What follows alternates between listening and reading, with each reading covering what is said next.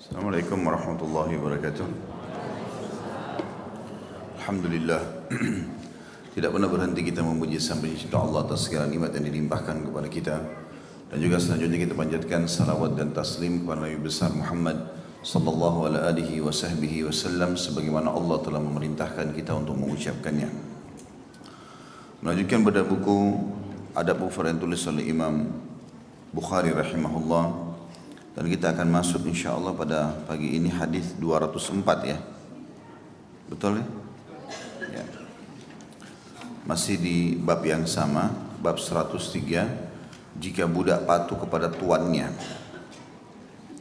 Dan sudah kita jelaskan pada pertemuan sebelumnya, hadis nomor 202 yang berbunyi Nabi SAW bersabda, Innal abda idha nasaha li sayyidihi wa ahsana ibadat rabbih falahu ajruhu marratain. Sesungguhnya jika seorang budak melayani tuannya dengan penuh ikhlas dan baik beribadah kepada Rabbnya, maka dia mendapatkan pahala 2 kali. Dan ini sudah kita jelaskan, tentu secara status budak sama pegawai berbeda, atau budak dengan staf, dengan pembantu, dengan supir berbeda. Tetapi bisa bertemu di sisi pahalanya. Di sini peringatan Nabi SAW atau penyampaian beliau SAW, kalau seorang budak itu bisa memaksimalkan menjalankan amanah dari majikannya dan juga dia beribadah yang baik dengan Tuhannya, dapat 2 pahala karena dia menjalankan haknya tuannya dan dia juga memberikan hak Tuhannya. Maka secara perbuatan sebagian ulama mengatakan bisa dipertemukan ini. Artinya kalau seseorang antara kita bekerja sebagai pegawai, lalu dia ikhlaskan niatnya sesuai dengan akad yang disepakati, misalnya jam sekian sampai jam sekian dia harus datang, dia harus mengerjakan ini dan itu. Kalau dia tulus mengerjakan itu, dia juga menjaga ibadahnya dengan Allah Subhanahu Wa Taala, maka dia juga mendapatkan double pahala. Juga hadis 203 yang sudah kita bacakan tentunya dan sudah kita rincikan adalah sabda Nabi alaihi salatu wassalam, "Thalathatun lahum ajran." Ada 3 orang mendapatkan 2 pahala sekaligus. Rajulun min ahlil kitab amana bi nabiyhi wa amana bi Muhammadin sallallahu alaihi wasallam falahu ajran. Golongan pertama yaitu seseorang yang beriman kepada nabinya dari ahli kitab seperti Yahudi yang beriman kepada Nabi Musa alaihissalam, begitu juga Nasrani yang beriman kepada Nabi Isa alaihissalam. Kemudian dia menyempurnakan imannya dengan mengimani risalah Nabi Muhammad sallallahu alaihi wasallam, maka ini mendapatkan 2 pahala karena seperti dia hidup di 2 fase nabi. Kayak zaman sekarang kalau ada Nasrani masuk Islam, maka dia dapat 2 pahala karena dia dulunya beriman pada risalah Nabi Isa alaihissalam dan sekarang dia beriman pada risalah Nabi Muhammad sallallahu alaihi wasallam. Ini sudah kita rincikan tentunya. Ini cuma pengulangan saja ya untuk mengingat 2 hadis yang sebelumnya. Kemudian yang kedua yang mendapatkan 2 pahala juga, wal abdul mamluku idza adda haqqallahi wa haqqa mawalih.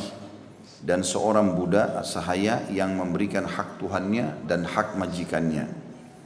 Dan yang ketiga, warajulun kanat indahu amatun yata'uha fa'addabaha atau yata'uha fa'addabaha fa'ahsana ta'dibaha wa 'allamaha fa'ahsana ta'limaha thumma 'ataqaha fatazawwajaha falahu ajran. Yaitu seorang laki-laki yang memiliki seorang budak wanita yang dia didik dengan baik, ya, dia sempurnakan makanannya, minumannya, pakaiannya, kemudian dia bebaskan dari keterbudakan lalu dia menikahinya. Dan ini juga sudah kita rincikan pada pertemuan sebelumnya. Masih melanjutkan bab yang sama tentunya tentang keutamaan budak yang patuh pada majikannya.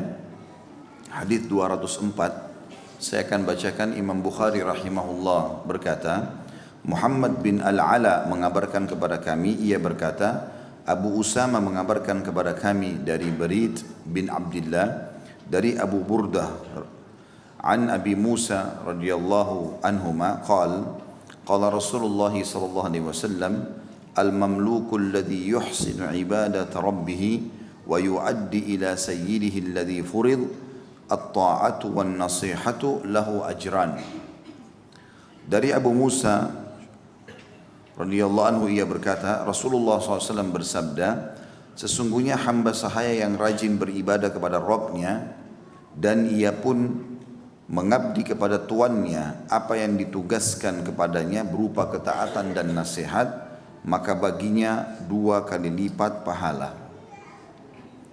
Hadis ini mirip dengan hadis-hadis sebelumnya yang kita pelajari tentunya di bab kita ini, tetapi kembali kita ingatkan. Inti daripada penyampaian ini, kalau seandainya ada seorang budak sahaya, dia masih terikat dalam keterbudakannya, kemudian dia tahu dirinya, kalau dia milik majikannya, majikannya bisa jual dia setiap saat. Lalu apapun yang diperintahkan majikannya selama bukan maksiat, dia jalankan dengan tulus. Termasuk juga kalau dia ingin bebas dengan cara misalnya dia mengatakan saya ingin bebas dari keterbudakan. Bagaimana caranya? Majikannya bilang kau boleh bebas tapi dengan syarat memberikan bayaran 10 juta rupiah. Lalu dia mengatakan baiklah saya mau, tapi saya mungkin punya kemampuan mendapatkan uang dalam sebulan 1 juta. Saya bisa bayar 1 juta. Berarti 10 bulan saya bebas. Diistilahkan dengan mukatib. Maka ini semua masuk dalam, dan selama 10 bulan itu dia jalankan terus amanahnya. Juga dia dari sisi lain beribadah kepada Tuhannya, maka akan mendapatkan 2 pahala. Dan saya sudah bilang relevansi daripada hadis ini atau hadis-hadis yang seperti ini tentu bisa ditarik secara aplikasi pahala kepada semua orang yang bekerja dan terikat akad dengan orang lain. Maka kalau dia ikhlas menjalankan keterkaitan akadnya itu, dia tidak ugal-ugalan, tidak telat dalam bekerja, kemudian juga dia beribadah kepada Allah, maka itu sangat baik. Oleh karena itu anjuran para ulama mencari tempat kerja yang memungkinkan kita untuk menggabungkan keduanya. Jadi misalnya pemilik perusahaan orang muslim, perusahaannya menjalankan perintah-perintah agama, bahkan ditekankan harus sholat misalnya, tutup aurat kalau perempuan, maka ini perusahaan yang layak kita masuk ke situ. Karena otomatis kita akan dapat keutamaan hadis ini. Karena satu sisi, karena dia seorang muslim, dia juga tidak akan perintahkan insya Allah kesalahan-kesalahan, maka kita patuh pada dia, jalankan akad dengan dia, kemudian juga kita bisa beribadah di tempat kerja itu, maka kita sudah bisa mendapatkan dunia dan akhiratnya. Dunia dapat gaji yang bersih, yang halal, pekerjaan yang nyaman, juga dia mendapatkan pahala yang besar untuk menuju ke akhiratnya. Maka ini juga poin penting. Makanya teman-teman kalau yang masih bekerja di tempat-tempat yang bisa mengganggu keimanannya, nggak bisa ibadah, keluar saja. Ya. Misalnya tidak bisa sholat, misal tidak bisa tutup aurat kalau wanita, atau misal dipaksa untuk melakukan perbuatan-perbuatan yang haram dalam agama, seperti kerja di restoran lalu masak babi misalnya, atau jual khamr, ya, atau apalah kerja di diskotik, di bar segala macam, ini nggak boleh sama sekali. Bahkan sebagian ulama mengatakan kalau tempat sumber pekerjaannya haram, walaupun dia bisa beribadah tetap tidak boleh. Kayak misalnya kerja di naudzubillah karaoke atau diskotik tapi dikasih musola, ya, tetap aja nggak boleh. Jangan bilang oh ke tempat kerja saya itu ada musolanya, walaupun saya kerja di diskotik, nggak bisa. Karena dasarnya sumbernya haram, gitu kan. Maka kita harus betul-betul sebagai seorang muslim, waktu kita terbatas teman-teman di muka bumi ini, jangan buang-buang waktu pada hal yang tidak perlu. Kita nggak tahu ajal, mungkin kita lagi bekerja kemudian meninggal dunia. Ini berbahaya sekali. Saya kemarin sempat waktu umroh, salah satu perjalanan kami ada plus Spanyol, sempat ke Spanyol. Saya mau lihat sejarah-sejarah Islam di sana. Alhamdulillah Allah mudahkan kami menginjakkan kaki ke beberapa kota di sana. Tapi rata-rata atau hampir semua restoran, karena kami pesan harus restoran muslim, hampir semua restoran muslim itu jual khamr. Gak ada yang tidak jual khamr. Saya mau bicara sama mereka, gak ngerti bahasanya. Banyak juga di antara mereka tidak mengerti bahasa Inggris. Kita mau bahasa Inggris juga gak ngerti, bahasa Arab gak ngerti. Sampai hanya saya temukan ada 2 restoran di antara sekian hari kita habiskan waktu di sana. Ada 2 restoran yang dua-duanya bisa bahasa Arab. Yang satu orang memang turunan Arab, yang satu orang India. Kemudian saya ngobrol bahasa Arab. Terus saya tanya, kenapa? Anda ini muslim? Dia bilang, ya muslim. Kenapa jual khamr nih? Karena ada khamr di situ. Tapi alhamdulillah pada saat kami masuk makan, memang nggak ada tamu lain. Sehingga dia semua tahu, saya bilang pokoknya semua makanan harus yang halal. Halal semua. Saya tidak tahu di dalam apa dia masak babi juga atau apa. Tapi jelas saya lihat ada botol-botol khamr dihias di situ. Jawabannya dia, kalau kami hanya mengandalkan tur muslim seperti anda ini, seperti saya maksudnya sama teman-teman ini, Sedikit sekali yang datang ke sini, karena kan Spanyol jauh gitu. Nggak ada orang yang datang di sana. Sejarah Islam juga cuma tinggal dikenang saja. Jemaah juga pada saat kita buatin program itu, ya mendaftar maksimal 1 bus gitu. Jadi mungkin 40 orang, nggak lebih daripada itu. Beda dengan kalau umroh saja gitu. Maka dia bilang tidak ada orang yang datang. Dan orang sini nggak bisa kalau nggak minum khamr. Pasti minum khamr gitu. Maka saya bilang biar bagaimana akhi, nggak bisa. Ini agama haramkan. Itu bukan alasan. Bagaimana caranya seorang muslim tahu khamr haram lalu dia jual? Coba bertawakal kepada Allah Subhanahu wa taala. Jangan jual khamr, jual yang lain. Minuman apa kira-kira difavoritkan yang bisa masyarakat sana suka? Karena tidak, ini bukan alasan. Atau ambil inisiatif. Buat racikan-racikan minuman tertentu yang kira-kira itu membawa pada kesehatan. Seperti misalnya jahe sama susu ya. Yang mungkin bisa mereka nanti teradaptasi dengan sendirinya. Tapi kalau kita memaksakan diri untuk itu susah, nggak mungkin. Juga saya temuin beberapa orang muslim yang di beberapa negara-negara non muslim, mereka pada saat saya datang itu hari diundang ke Jepang sama teman-teman kita. Mengeluh sama saya, datang habis ceramah, Ustaz di sini kami nggak bisa sholat. Kenapa nggak bisa sholat? Orang Jepang sini anggap, ini tentu tidak semua orang Jepang mungkin ya, mungkin ada juga, tapi yang jelas pada saat kasus saya temui di KBRI di Tokyo waktu itu dia bicara begitu. Dia mengatakan, Ustaz saya tidak bisa, kami tidak bisa sholat, ini berdua. Kenapa nggak bisa sholat? Menurut atasan kami ini, pemilik perusahaan, pemilik pabrik, buang-buang waktu saja. Karena mereka tidak tahu, mereka penyembah berhala, gitu kan. Maka akhirnya saya bilang, sekarang kalau pergi kamar mandi bisa. Kalau makan bisa, baik, luangkan waktu untuk sholat, tidak usah bilang saya mau sholat. Nah kalau luangkan waktu khusus untuk sholat, mungkin dianggap buang-buang waktu di waktu istirahat. Atau ke kamar mandi, uduk sebentar, lalu cari gang-gang pabrik situ aja, hadap kiblat sholat. Karena tidak ada udzur, tidak bisa kita mengatakan tidak bisa sholat misalnya. Maka ini mengganggu akhirnya, dia tidak bisa melaksanakan perintah Tuhannya. Kalau hanya sekedar memberikan hak majikan tanpa memberikan hak Tuhan, ini berbahaya ini. Karena Allah Subhanahu wa taala harus didahulukan tentunya. Jadi harus kita pikirkan dulu yang paling pertama kalau mau kerja, bisa ibadah enggak? Itu dulu. Kalau ada musholahnya, bisa sholat. Ya. Atau kita jelas disuruh tutup aurat, atau di situ misalnya tidak bercampur baur laki-laki perempuan, macam aman sisi keimanan, ya sudah. Itu tempat yang sangat bagus gitu. Ya, jadi tidak boleh sama sekali kita membuka pintu-pintu celah itu mengatakan apa boleh buat, saya tidak ada, saya tidak bisa. Itu nggak mungkin. Ya, saya terapkan sama teman-teman di kantor, nggak boleh ada perempuan yang bekerja, laki-laki semuanya. Jadi tidak ada ikhtilat, tidak boleh ada musik di kantor. Semuanya kalau diputar di TV, di restoran, di toko, kita putar ceramah. Kalau sholat wajib ke masjid, nggak boleh tidak. Tidak sholat, ini kedapatan tidak sholat, maka kita hukum tentu dikeluarkan. Walaupun alhamdulillah kebanyakan semua sudah sholat. Maka ini membantu kitanya sendiri bisa menerapkan hukum Islam, mendapatkan rezeki halal, dan juga insya Allah bisa menggabungkan antara dua hal ini. Memberikan hak Tuhan dan juga Allah Subhanahu wa ta'ala memberikan hak orang yang sudah punya akad dengan kita dari sisi pekerjaan. Oleh karena itu perhatikan baik-baik ini teman-teman. Dan bagi muslim yang Allah SWT memudahkan punya perusahaan, lakukan apa yang Nabi SAW lakukan. Nabi SAW melakukan pada saat pertama hijrah ke Madinah untuk membangun pondasi negara.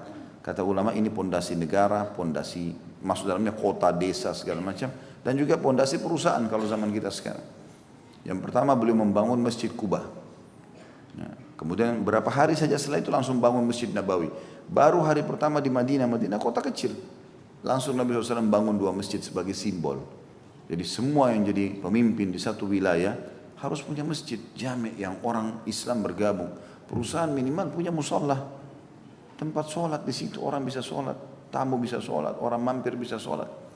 Kalau bisa bangun masjid besar bagus, alhamdulillah.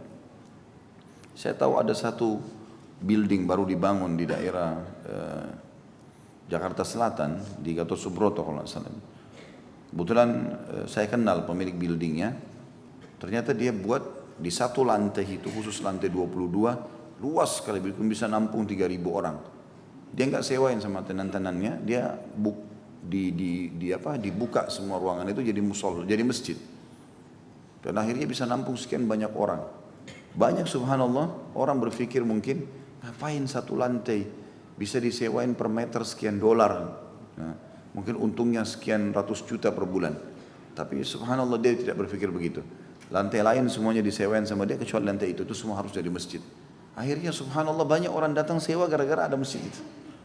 Dan saya diminta jadi pembina, saya jadi pembina di masjid itu. Alhamdulillah kita tata taklimnya, khutbah Jumat segala macam, masya Allah berjalan. Ini yang benar. Dia lakukan yang paling pertama ada masjidnya. Allah SWT tunjukkan itu melalui Nabi Muhammad SAW. Beliau pertama hijrah ke Madinah membangun masjid ini. Kemudian yang kedua, Nabi SAW mempersaudarakan antara muhajirin dan ansar. Bagaimana orang yang lama sama orang baru dipersaudarakan. Tidak ada lagi perbedaan antara mereka. Bahkan bisa saja orang baru datang tapi karena dia punya skill yang bagus mungkin jabatannya lebih tinggi. Itu biasa. Dan tidak boleh ada rasisme gitu. Mengatakan oh saya satu suku dengan pemilik perusahaan pasti saya akan didahulukan. Tidak. Skillnya mana? Kalau skillnya bagus, profesional ya sudah. Begitulah yang diajarkan oleh Nabi SAW. Kata Nabi SAW, Inna Allah yuhibbu min abdin idha amila amalan an yutqinahu. Allah suka sekali kepada seorang hamba yang kalau mengerjakan satu perbuatan dia menguasainya. Ada profesionalisme di situ. Dia profesional dalam bidangnya, maka dia bisa mendapatkan jabatan yang tinggi, itu wajar. Dan tidak boleh kita merasa, oh kenapa orang ini, saya sudah lebih dulu orang ini baru masuk kok kenapa dapat jabatan dan segala macam itu. Sudah begitu Nabi SAW tunjukkan bahwasanya orang yang berhak mendapatkan yang lebih baik ya lebih baik. Kemudian tidak boleh ada rasisme di antara mereka. Yang ketiga adalah Nabi SAW menulis perjanjian damai dengan orang-orang kafir Quraisy. Artinya kalau ada di perusahaan, kalau misalnya ada satu perusahaan dia punya pegawai muslim sama non muslim, maka ini harus ada kesepakatan, ya kan? Tidak saling mengganggu. Kalau memang harus perusahaan kita membutuhkan tenaga asing atau tenaga orang non muslim, maka dibolehkan dalam Islam. Nabi SAW menggunakan jasa tawanan Badr. Di antara syarat mereka boleh bebas, kalau mereka mau bebas adalah yang bisa membaca dan menulis, mengajarkan cara itu atau ilmu itu kepada kaum muslimin, baru dibebaskan. Nah, kita boleh, kata para ulama, belajar dari orang non muslim kalau memang itu bermanfaat bagi umat, mengambil ilmunya lalu kemudian kita menerapkan di tengah-tengah umat Islam ini. Maka ini juga dibolehkan. Nah, kalau ada seperti ini ada muahad, ada kesepakatan. Kita bisa tulis kesepakatan damai. Tidak ada orang Islam mengatakan kau ini Nasrani loh, kerja di sini kau harus muslim. Tidak ada itu. Karena dalam Islam konsepnya la ikraha fid din, tidak ada paksaan dalam agama. Kita tidak ada dalam Islam diperintahkan wajib kamu harus begini dan begitu. Tidak ada dalam Islam itu. Jadi kita tidak maksudnya kau harus masuk Islam karena kau ada di negara kami, karena kau ada di kota kami, karena kau ada di perusahaan kami.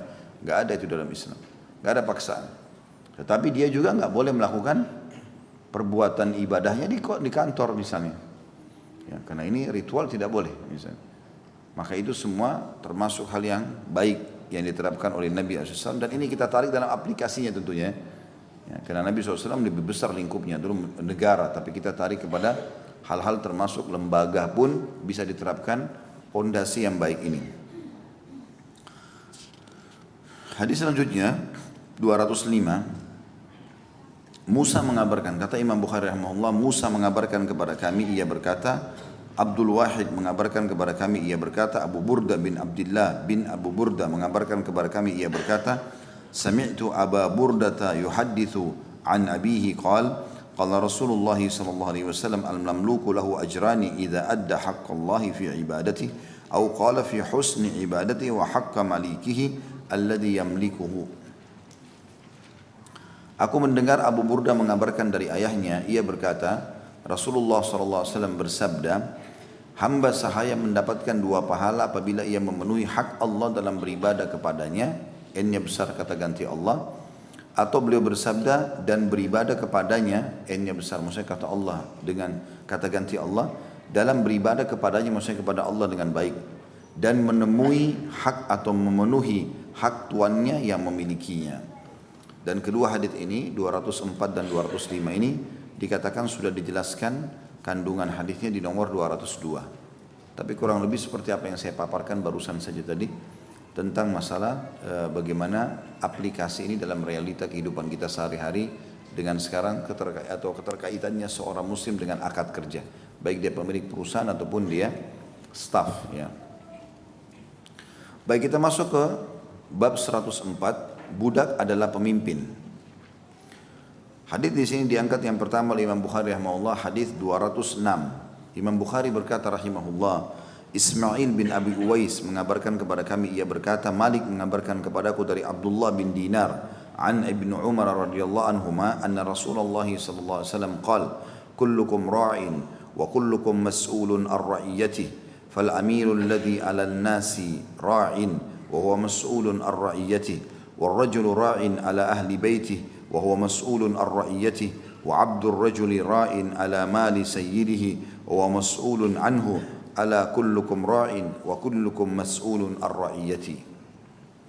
Dari Ibnu Umar radhiyallahu anhuma, beliau berkata, Rasulullah sallallahu alaihi wasallam bersabda, setiap kalian adalah pemimpin dan setiap kalian akan diminta atau bertanggung jawab atas kepemimpinannya. Pemimpin yang mengurusi ya, orang-orang adalah pemimpin dan ia bertanggung jawab atas kepemimpinannya. Orang laki-laki adalah pemimpin atau seorang laki-laki pemimpin atas keluarganya dan ia bertanggung jawab atas kepemimpinannya. Dan hamba sahaya juga adalah hamba sahaya orang di sini maksudnya pemimpin ya. Dan hamba sahaya di sini adalah ya, kata orangnya dihapus aja itu. Yang pegang buku ini karena tumpah tindih terjemahannya. Dan hamba sahaya ada orang selain dihapus kata orang itu, langsung saja adalah pemimpin atas harta tuannya dan ia bertanggung jawab atasnya. Ketahuilah bahwa setiap kalian adalah pemimpin dan setiap kalian bertanggung jawab atas kepemimpinannya. Kita akan bacakan kandungan hadis ini, lalu kemudian kita masuk kepada penjabaran yang lebih luas insyaallah. Yang pertama, masing-masing individu dalam masyarakat Islam memiliki tanggung jawab dan hal tersebut berbeda-beda sesuai dengan kemampuan. Yang kedua, tanggung jawab terbesar di pundak seorang imam adalah mengayomi rakyat dengan sebaik-baiknya dengan menegakkan hukum-hukum syariat, menyebarkan keadilan dan mengharuskan mereka mentaati ajaran agama. Yang ketiga, orang laki-laki atau seorang laki-laki adalah pemimpin bagi keluarganya. Ia bertanggung jawab memberi mereka makan, pakaian, serta mengajarkan kepada mereka tentang berbagai perkara agama dan dunia. Dan yang terakhir, yang keempat, peran wanita di masyarakat sangat besar dan pengaruhnya sangatlah besar dalam menangani urusan rumah tangga, pendidikan anak, serta pemeliharaan kehormatan dan harta suaminya. Kalau saya melihat di sini poin keempat ini kurang tepat untuk masuk di sini ya, poin keempat, karena dalam hadis tidak disebutkan tentang kedudukan istri di sini, tapi yang ada adalah hamba sahaya. Jadi semestinya poin keempat itu mestinya di sini kandungan hadisnya adalah tentang masalah bagaimana budak, seperti judul bab kita. Ya. Budak adalah pemimpin. Semestinya poin nomor 4 di situ disebutkan bahwasanya para budak itu juga pemimpin terhadap harta majikannya dan dia akan diminta pertanggungjawaban pada hari kiamat. Ya, memang ada sebuah hadis, ya, saya tidak tahu apakah memang dalam lafaz hadis ini ada yang terhapus atau tidak. Memang ada sebuah hadis yang lebih panjang dari hadis ini. Setelah dikatakan dan seorang laki-laki adalah pemimpin terhadap istri dan anak-anaknya dan dia akan diminta pertanggungjawaban hari kiamat, lalu Nabi SAW bilang dan seorang istri pun bertanggung jawab terhadap harta suami dan anak-anak suaminya, dan dia akan diminta pertanggungjawaban pada hari kiamat. Itu setahu saya tidak tahu apakah lafaz hadis ini berbeda dengan lafaz hadis itu, tapi memang lafaz hadis yang tadi saya baru sebutkan ada disebutkan tentang istri bertanggung jawab terhadap harta suaminya yang ditinggal di rumah dan juga anak-anaknya. Ya. Jadi sebenarnya kalau sesuai dengan letterhead hadis ini, poin nomor 4 itu diganti ya, Bapak Ibu sekalian, yang pegang buku dan menulis ditulis ya, karena poin keempat dari kandungan hadis ini, peran wanita di masyarakat sangat besar, ini tidak ada disebutkan dalam hadis ini. Ya. Tapi di situ adalah ditulis poin nomor 4 bahwa para budak adalah pemimpin atas harta majikannya dan dia diminta pertanggungjawaban pada hari kiamat. Kita akan masuk teman-teman sekalian ke rincian lebih dalam dari hadis ini dan kita akan bedah insyaallah satu persatu. Nabi SAW menyebutkan di awal potongan hadis beliau, kullukum ra'in, kalian semua tidak terkecuali adalah bisa jadi pemimpin. Siapapun yang mendapatkan amanah kepemimpinan maka ada tanggung jawabnya. apapun sifatnya. Dan kita perlu garis bawahi dari potongan kalimat ini teman-teman, kepemimpinan dalam Islam wajib ada. Tidak boleh nggak ada pemimpin, harus ada. Dimulai dari lingkup yang kecil, sholat misalnya. Kita dimotivasi untuk sholat berjamaah, akhirnya ada siapa? Imam. Dan imam wajib dipatuhi. Kapan makmum melanggar bisa batal sholatnya. Sampai pada tingkat kalau kita sholat, kalau misalnya duhur 4 rakaat, imamnya baru rakaat ketiga sudah tahiyat, dan kita tahu ini baru 3 rakaat. Tugas kita makmum mengingatkan subhanallah. Laki-laki mengatakan subhanallah. Kalau perempuan sunnahnya menepuk punggung tangannya, ya. Dia bilang subhanallah. Ternyata imamnya tetap yakin ini sudah rakaat keempat. Makmum semuanya tahu ini rakaat ketiga. Apa yang harus makmum lakukan? Hah? Mana ulamanya Kelapa Gading? Apa yang harus lakukan? Duduk tahiyat sama imam atau berdiri sambung 1 rakaat? Hah? Duduk. Padahal imamnya salah. Duduk.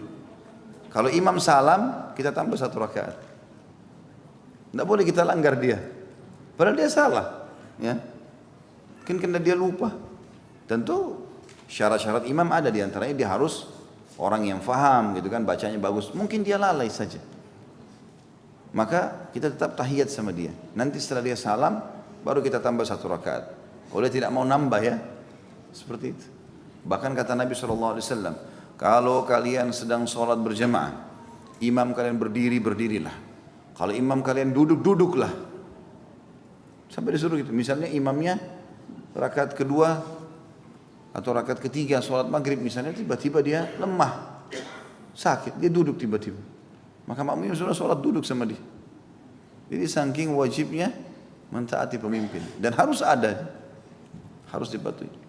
Begitu juga dengan lingkup lebih, contoh yang lain seperti safar.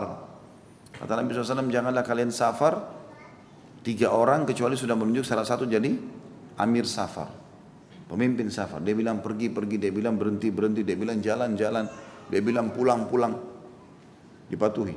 Nabi SAW selalu wasiatkan, kalau safar jangan safar kecuali menunjuk salah satu dari pemimpin. Jadi saking pentingnya. Kita bicara juga lingkup rumah tangga, ada suami pemimpin. Dan harus dipatuhi. Istri nggak boleh keluar tanpa izinnya. Dilaknat oleh Allah. Apa yang dia bilang, istri ikut. Anak-anak ikut. Nggak bisa bantah. Selama bukan maksiat, lakukan. Bentuk ketaatan kepada Allah Subhanahu Wa Taala. Begitu juga dengan masalah perang, peperangan. Ada panglima perang. Sampai wasiat Nabi SAW, wasiat para khulafa Rasyidin, Abu Bakar, Umar, Uthman, Ali, radhiyallahu anhum ajma'in. Itu kalau mengutus pasukan pasti wasiatkan, ingat taat pada pemimpin kalian, ingat taat pada pemimpin kalian. Dan ini wajib, tidak bisa tidak. Saya pernah ceritakan kisah Amr bin As kan, radhiyallahu anhu, yang baru 3 bulan masuk Islam, lalu Nabi SAW tunjuk jadi pemimpin perang, panglima perang. Pergi nyerang satu suku, suku ini jumlahnya ribuan orang, tapi muslimin cuma 300 orang, sedikit. Baru 3 bulan masuk Islam, di dalam pasukannya ada Abu Bakar, ada Umar, ada Uthman, ada Ali, ada Talha, sahabat-sahabat senior semua nih, yang sudah masuk Islam terus sudah teruji keimanannya. Ini orang baru masuk Islam 3 bulan, Nabi angkat jadi panglima perang. Dan hukum dalam Islam, dia yang jadi imam sholat. Ya. Dia yang menentukan instruksi. Dia bilang pergi, dia bilang berdiri, dia bilang serang, dia bilang mundur, nggak bisa dilanggar. Kecuali dia suruh maksiat kepada Allah. Misalnya dia suruh mabuk-mabuk, pas para juridnya nggak boleh dipatuhi. Terus dia suruh berzina nggak boleh dipatuhi. Tapi kalau selama kebaikan nggak boleh kita bantah. Rupanya di tengah jalan, waktu itu musim dingin sekali, luar biasa dinginnya. Sampai dingin itu menusuk tulang-tulang karena di padang pasir. Maka di malam itu pasukan mau istirahat, besok subuh mau nyerang ini. Amr bin As keluarkan instruksi, tidak boleh ada yang nyalakan api untuk hangatin badan. Orang kalau di padang pasir atau di dalam hutan dingin, maka bakar api sedikit, mereka mendekat dengan api itu, hangatin badan. Nggak boleh sama sekali. Umar marah. Umar tahu ini orang musuhnya Islam ini. Sekarang masuk Islam, Baru 3 bulan lalu perangi Islam nih. Amr bin As ini teman-teman, sebelum masuk Islam 3 bulan yang lalu, itu dia adalah utusan Quraisy ke Ethiopia untuk menjemput muslimin di sana. 83 orang di sana dipimpin oleh Ja'far bin Abi Thalib radhiyallahu anhu. Khusus datang ke sana untuk negosiasi sama Najasyi. Ini 83 orang kasih ke kami. Dibawa pulang ke Mekah untuk disiksa. Itu tugasnya Amr bin As. Allah kasih dia hidayah. Pas tiba di Ethiopia, rupanya Najasyi, raja Ethiopia masuk Islam di tangannya Ja'far bin Abi Thalib. Maka Ja'far bin Abi Thalib ini penyebab hidayahnya Najasyi. Najasyi penyebab hidayahnya Amr bin As. Padahal Ja'far sama Amr ini dua-dua orang Mekah. Kuasa Allah SWT dimampirkan ke sana dulu. Najasyi dapat pahala gitu. Yang jelas setelah masuk Islam, tertanam iman dalam hatinya. Hanya seperti inilah keadaannya. Umar lihat ini orang baru masuk Islam. Kemarin musuh Islam. Hai Amr, kenapa kau larang orang bakar api? Ini musim dingin nih, panas. Apa dingin sekali? Dia bilang itu keputusan saya. Umar lihat ini orang, Umar tinggi besar, ditampar sama Umar, mati orang ini. Tapi Umar lihat ini orang kok bersikuku nggak mau. Datang kepada Abu Bakar, wahai Abu Bakar, bagaimana pendapatmu ini? Kata Abu Bakar, dia pemimpin yang ditunjuk oleh Nabi. Jangan lihat dia, lihat Nabi yang suruh. Dia bilang apa ikuti. Kata Umar, baiklah kalau begitu, mengalah. Rupanya malam itu tidur, Amr bin As junub. Di medan perang junub dia. Terus dia pagi-pagi subuh-subuh minta sama prajuritnya, minta datangkan air untuk mandi. Begitu dia sentuh seperti es, dingin sekali. Enggak, saya enggak mau mandi, saya mau tayammum. Junub tayammum, ada air. Umar dengar, Umar datang lagi, hai Amr, apa yang kau buat? Dari mana ceritanya nih ada air terus tayammum?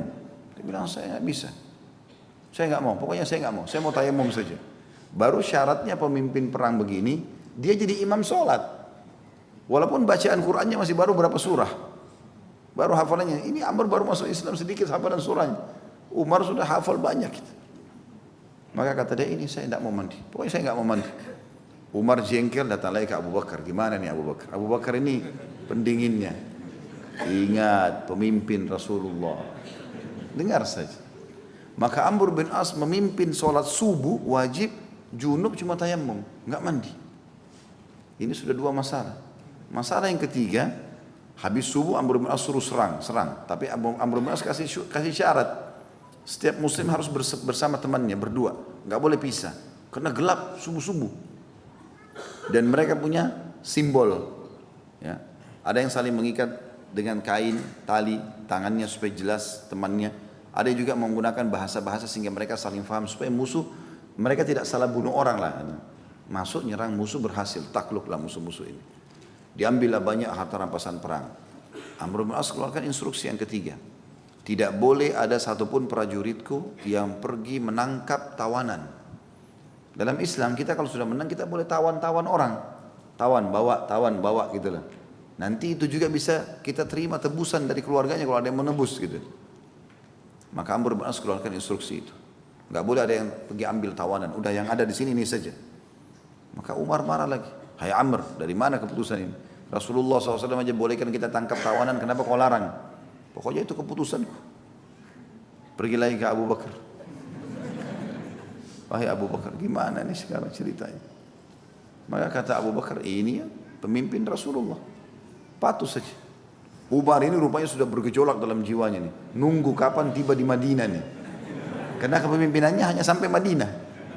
Keluar perang, pulang. Masuk kota Madinah, selesai. Begitu masuk kota Madinah, langsung Umar menghadap Rasulullah SAW. Ya Rasulullah, ini Amr buat masalah besar buat kita. Apa masalahnya? Dia larang kami buat api unggun sementara dingin sekali. Prajurit cuma kedinginan malam itu. Yang kedua, dia junub. Ada air tapi nggak mandi, pakai tayammum, dia tayammum. Yang ketiga kami dilarang tangkap tawanan, sementara anda bolehkan kami tangkap tawanan. Kata Nabi SAW, baiklah duduk sini. Panggil Amr bin As, panggil semua pasukan prajurit 300 orang. Dan memang keberhasilan luar biasa pada saat itu 300 orang tidak ada satupun yang mati. Sukses pada saat itu.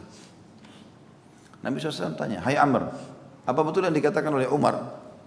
Dia bilang apa itu ya Rasulullah? Katanya kau ini melarang mau menyalakan api, apa sebabnya? Dia bilang benar ya Rasulullah. Jumlah kami 300 orang. Musuh yang kita mau serang ini ribuan orang, satu suku besar. Kalau prajuritku nyalakan api dan musuh mengetahui, habislah kami dibantai. Bersabar sedikit dingin, maka secara otomatis kita bisa menang. Dan sekarang terbukti. Baik, kata Nabi SAW kepada Umar, Amr benar hai Umar. Yang kedua, kenapa kok tayammum, kenapa tidak mandi? Ada air. Bilangnya Rasulullah, demi Allah airnya dingin seperti es. Kalau saya mandi bisa mati. Maka kalau saya mati siapa yang memimpin? Anda tidak tunjuk orang lain pengganti saya. Masa gara-gara mandi terus mati kedinginan? Saya tidak bisa memimpin perang gitu kan?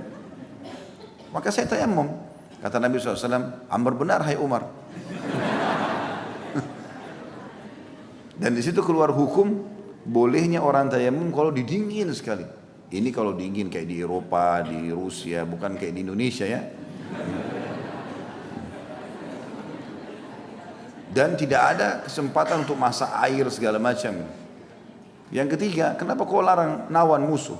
Ya Rasulullah, ini kampung yang kami datangi ini besar sekali, ribuan orang. Dan kami sudah menang. Harta rampasan perang sudah ada. Target Anda untuk menaklukkan mereka tercapai. Kalau pasukan saya menyebar, masing-masing nangkapin tawanan banyak di situ, maka akan ketahuan jumlah kami. Pada saat kami berkumpul, kelihatannya besar. Maka yang penting target Anda sudah tercapai. Kata Nabi SAW, Amr benar hai Umar. Tapi subhanallah kita ambil pelajaran pentingnya pemimpin juga. Dipatuhi. Ya, sudah begitu.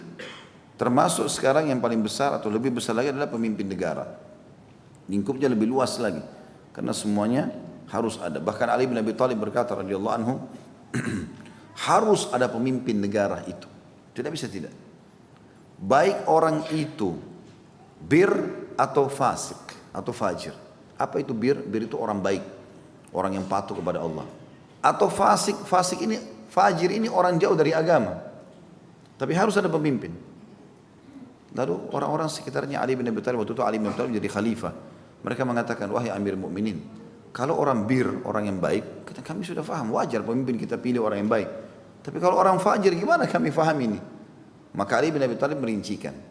Maksudnya kalau tiba-tiba ada orang fajir memimpin kalian, beda kalau kita disuruh pilih, beda. Tapi ini enggak, tiba-tiba sudah jadi pemimpin. Bagaimana? Wajib patuh. Selama tidak bawa maksiat kepada Allah Subhanahu wa taala. Maksiat kita tolak, gitu kan?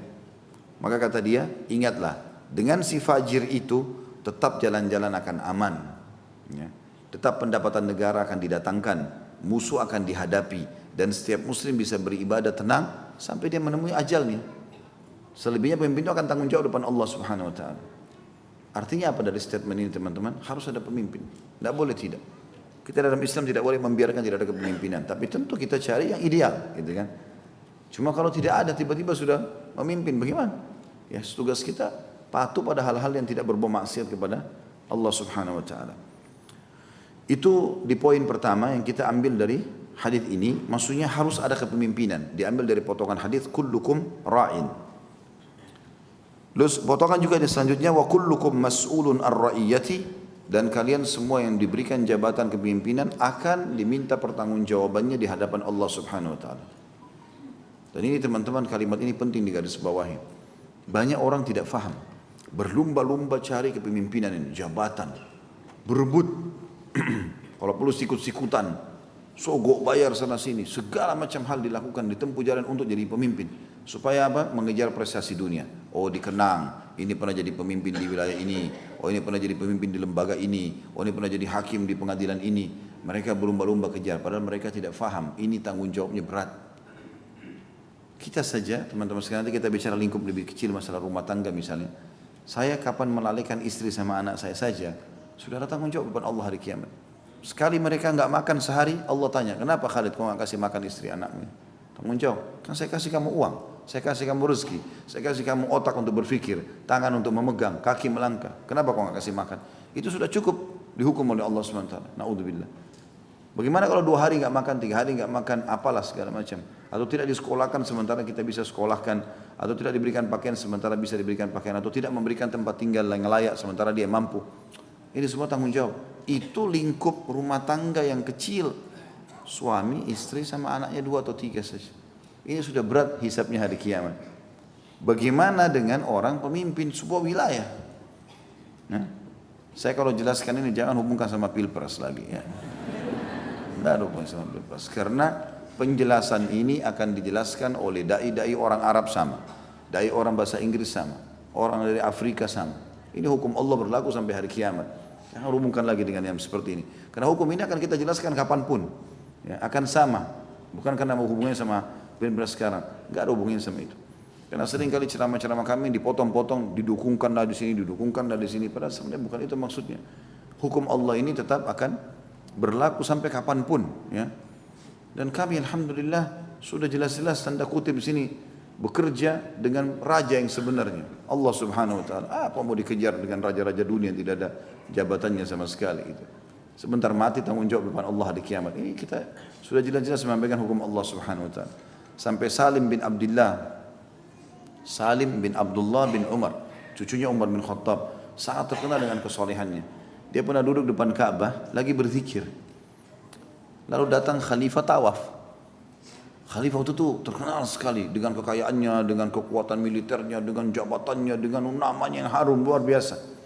Dibisikin sama pengawal-pengawalnya, ada Salim bin Abdullah bin Umar, cucunya Umar bin Khattab, terkenal sekali kesolehannya.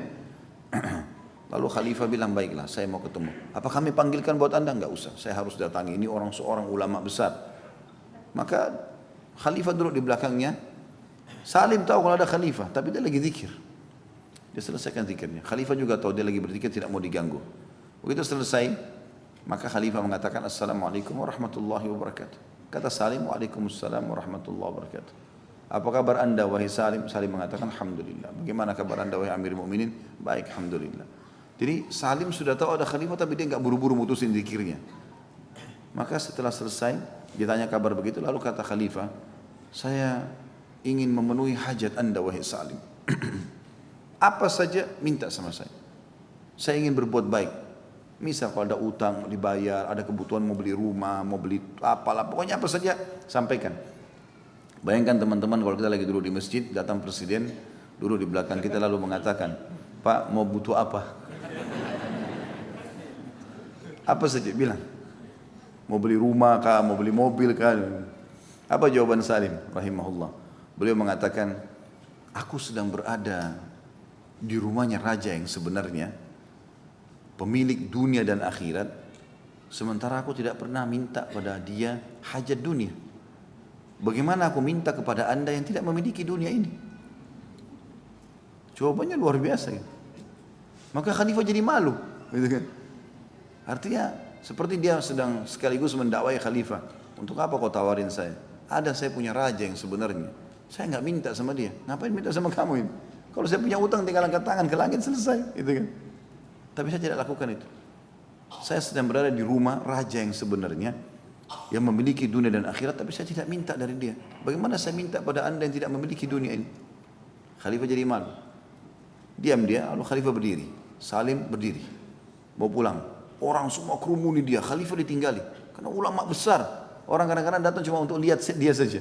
Tanya apa kabarnya, salaman segala macam. Ada yang menanyakan masalah hukum. Orang kerumun semua. Masjid Haram dipenuhi ke arahnya Salim. Khalifah kayak ditinggalkan sama pengawal-pengawalnya gitu. Maka dia datang lagi sekali lagi. Khalifah datang lagi. Waktu orang lihat khalifah, orang minggir semua. Wahai Salim, sampaikan hajatmu, hajat dunia. Aku ingin berbuat baik. Dia bilang, aku sudah jawab wahai Amir Mu'minin. Aku sedang berada di rumah raja sebenarnya, pemilik dunia dan akhirat, bumi ini dan alam semesta punya dia. Aku tidak minta hajat dunia. Maka kalau begitu untuk apa aku minta kepada anda yang tidak memilikinya? Lalu kemudian dia jalan ditinggalkan khalifah. Orang teman-teman kalau sudah faham bahwasanya dia berhubungan sama raja yang sebenarnya, dunia jadi kecil buat dia.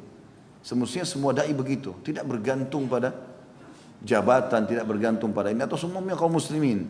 Dia faham sebenarnya ada Tuhannya Allah subhanahu wa ta'ala. Dan semuanya ada tanggung jawabnya.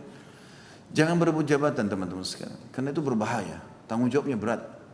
Kecuali kalau kita diamanahkan betul-betul harus melakukannya, dan kita lihat kalau kita tidak mengambil jabatan itu malah jadi masalah nanti, itu berbeda mungkin. Dan kita siap konsekuensi tanggung jawabnya hari kiamat, ya silahkan. Tapi kalau tidak, nggak ada. Para sahabat, para tabi'in lari dari jabatan itu. Waktu Abu Bakar mau meninggal, Abu Bakar itu tidak nobatkan diri, tapi Nabi SAW titip pesan pada Aisyah. suruh Abu Bakar mengimami sholat. Simbolnya kalau jadi pemimpin imam sholat. Maka isyarat dari Nabi SAW, Abu Bakar jadi pemimpin setelah saya. Abu Bakar waktu mau meninggal tulis wasiat. Umar bin Khattab, ya. Hai muslimin, aku memilihkan buat kalian terbaiknya umat ini Umar bin Khattab. Karena dia paling faham tentang hukum halal haramnya Allah. Dibaca, sudah selesai, jadi pemimpin. Begitu juga dengan Umar bin Khattab pada saat mau meninggal, ditusuk oleh Abu Lu'lu'. Maka dia kumpulkan 6 orang sahabat yang sisa dijamin masuk surga. Uthman bin Affan, Ali bin Abi Thalib, Talha bin Ubaidillah, Zubair bin Awam, Abdurrahman bin Auf, Sa'ad bin Abi Waqqas. Semua dikumpulkan. Kemudian kata Umar, masuk di sini. Di ruangan ini tempat saya biasa memecahkan perkara umat Islam. Jadi ada ruangan di rumahnya Umar, lalu berkatalah dia begitu. Kemudian kata Umar radhiyallahu anhu, jangan keluar kecuali sudah tunjuk salah seorang dari kalian jadi pemimpin. Kalau tidak, saya tunggu di sini. Saya akan tebas leher kalian semua. Tidak boleh keluar, tidak ada pemimpin. Maka mereka di dalam saling tunjuk-tunjuk. Dia saja, dia saja, dia saja. Enggak ada yang mau bilang saya ya, pilih saya, enggak ada. Sekarang ini pilih saya, pilih saya. Pilih saya. Orang tunjuk temannya. Ya, semua tunjuk. Makanya Abdurrahman bin Auf ditunjuk oleh Umar bin Khattab. Hai Abdurrahman, dari 6 orang ini kau pemimpin majlis. Seperti Umar sedang kasih isyarat, kalau saya pilih Abdurrahman. Tapi saya enggak mau egois. Kalian 6 orang yang terbaiknya umat ini pilih. Di dalam Abdurrahman langsung bilang di dalam majlis, saya sudah dipilih oleh Amir Mu'minin jadi pemimpin majlis ini. Untuk kalian tahu, saya mengundurkan diri dari kandidat. Kalian berlima silahkan.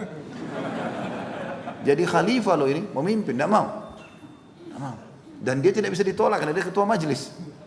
Terpaksa dia lepas, sisa 5 orang. 5 orang saling tunjuk, ini aja, dia saja, dia saja.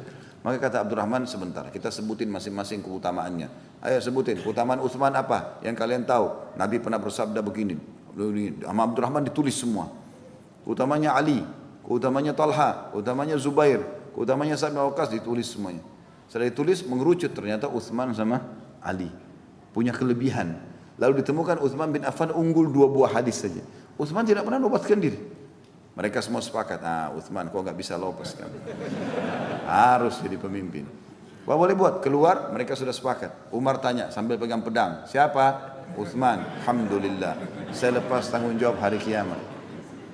Mau nggak mau harus mimpin dan dipilih begitu. Sebenarnya teman-teman saya sering sampaikan dalam ceramah, saya berharap satu waktu mungkin negara kita ini tidak usah repot-repot buat acara-acara begini. Pilpres, pilkada, banyak sekali biayanya. Ya. Semua orang dilibatkan. Cari orang terpintarnya negara kita ini. Banyak profesor-profesor yang pintar-pintar, cerdas-cerdas, ahli di bidangnya. 10 orang, 20 orang. Suruh mereka rembukin. 1 orang jadi kalian harus jadi pemimpin. Gitu. Orang pintar, tunjuk orang pintar. Selesai. Kita kan cuma mau, tidak lapar, tidak haus, aman, ada pekerjaan. Cukuplah. Ini semuanya terlibat. Biayanya sekian. Terjadi ini, ribut, kecurangan, apalah. Wah, buang-buang waktu. Dan semua ada tanggung jawabnya. Allah musta'an. Tentu ini saran saja, jangan lagi dipelintir-pelintir. Karena memang kalau kita lihat masa lalu begitu mereka. Para salafus saleh begitu. 1 orang yang baik atau berapa orang tunjuk orang yang baik, selesai gitu. Waktu Utsman bin Affan meninggal dunia dibunuh oleh kaum Khawarij pada saat itu, maka mereka masyarakat Madinah ingat, oh dulu kandidatnya Umar bin Khattab setelah Utsman kan Ali. Udah Ali aja deh. Ali kau harus jadi khalifah, kami semua dukung. Udah. Akhirnya mereka melihat, oh saya tidak bisa menghindar lagi ya sudah. Dan kalau diberikan kepada orang ini mungkin bisa berbahaya. Nah itu berbeda. Jadi teman-teman jangan gila-gila jabatan ini, nggak ada gunanya. Kata Nabi SAW, siapa di antara kalian yang bangun di pagi hari, jiwanya tenang, badannya sehat, dan dia punya makanan hari itu, maka seperti dia memiliki dunia dan seluruh isinya. Itu sudah luar biasa. Kita bangun bisa bernafas, mata bisa melihat, tangan bisa menjam, masih bisa beraktivitas, bisa berpikir, masih ada orang yang kita cintai yang bisa kita temui, bisa beraktivitas bagus, ada makanan, sudah alhamdulillah. Makin sedikit teman-teman jabatan atau apa, makin sedikit tanggung jawab hari kiamat. Makin banyak tanggung jawabnya. Maka harusnya hati-hati. Tentu tetap harus ada pemimpin sebagaimana saya bilang tadi, tapi dari satu sisi memang orang-orang yang layak untuk itu ya. Karena Nabi SAW mengatakan wa kullukum mas'ulun an ra'iyati. Karena kalian semua pasti diminta pertanggungjawabannya depan Allah hari kiamat. Itu potongan kedua. Potongan ketiga mulailah Nabi SAW merincikan. Fal amirul ladzi 'alan nasi ra'in wa huwa mas'ulun an ra'iyati. Maka seseorang yang dijadikan pemimpin mengurusi manusia Ya, kayak kita sekarang memimpin negara, raja, presiden, khalifah, apalah istilahnya. Maka dia pemimpin dan dia akan diminta pertanggungjawabannya depan Allah Subhanahu wa taala pada hari kiamat. Umar bin Khattab, teman-teman sekalian radhiyallahu anhu, pada saat jadi khalifah tidak pernah tidur malam hari kecuali sudah keliling Madinah. Dia pastikan tidak ada lagi rumah Madinah yang butuh dengan dia, keliling jalan kaki. Kadang-kadang sendirian, ya. Kalau sudah tidak ada lagi yang butuh sama dia, baru kemudian beliau pulang tidur. Dan beliau tidak tidur sama sekali sebelum dia memastikan itu semua. Pernah sekali Umar bin Khattab 3 hari saja tidak keluar. Ditemukan di pinggir Madinah ada seorang ibu nangis-nangis, terisak-isak, anaknya di sebelah tidur 3 orang. Umar jalan sama seseorang, kemudian Umar dekatin, nanya setelah salam, wahai amatullah, amatullah ini wahai hamba Allah, kenapa kau ini? Ada cerita apa dengan hidupmu ini? Kok bisa lagi masak panci, ada anak di sebelah dan dia nangis terisak-isak? Kata ibu itu, pemimpin negara ini tidak perhatikan kami. Dia nggak tahu kalau ini Umar. Pemimpin negara ini tidak perhatikan kami. Kok bisa? Kata Umar, kenapa? Dia bilang selama 3 hari saya nggak makan. Anak-anak saya tidak makan. Lalu apa yang kau buat? Dibuka pancinya. Saya lagi masak batu selama 3 hari. Batu, kasih air, masak. Supaya anak-anak saya kira saya sedang masak.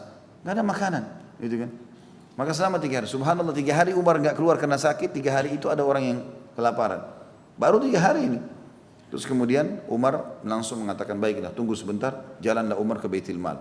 Ada satu sekretarisnya Umar ikut sama di Umar. Pergi ke Baitul Mal. Ngumulin gandum, angkat semua kebutuhan-kebutuhan. Dipikul sama Umar di pundaknya. Orang ini temannya bilang, wahai Amir Mu'minin, biar saya pikul. Apa kata Umar? Apa kau siap pikul dosaku hari kiamat? Padahal ini sekretarisnya, mau pikulin dia. Enggak, saya yang pikul sendiri. Diikutilah. Sampai tiba di sana Umar bersihkan pancinya, Umar masakkan segala macam sampai dibangun anak-anaknya makan semua. Sudah kenyang semua. Kata ibu itu, kalau pemimpin negara ini seperti Anda, pasti tidak ada orang kelaparan. Maka Umar mengatakan, ambillah ini semuanya, ya, sisa-sisa makanan, makanlah. Maka sekretarisnya Umar sempat bilang, ibu, tahu nggak siapa ini? Enggak tahu. Ini Umar bin Khattab. Ini pemimpin negara ini. Maka ibu itu datang minta maaf sama Umar. Umar mengatakan tidak ada masalah. Besok insya Allah semua kebutuhanmu akan kita penuhi. Maka Umar besok mengurus kebutuhan dia, saya berikan semua buat dia sama anak-anaknya. Itu luar biasa. Pernah Umar bin Khattab juga jalan satu kali ke pinggir kota Madinah. Di pinggir kota Madinah sudah jauh sekali, sudah mau pintu gerbang. Pas di sana rupanya ada tanah-tanah kosong, tidak ada yang tinggali. Seperti kita biasa mungkin di ujung-ujung perkampungan kita nggak ada orang tinggalin, tanah kosong nggak ada yang punya.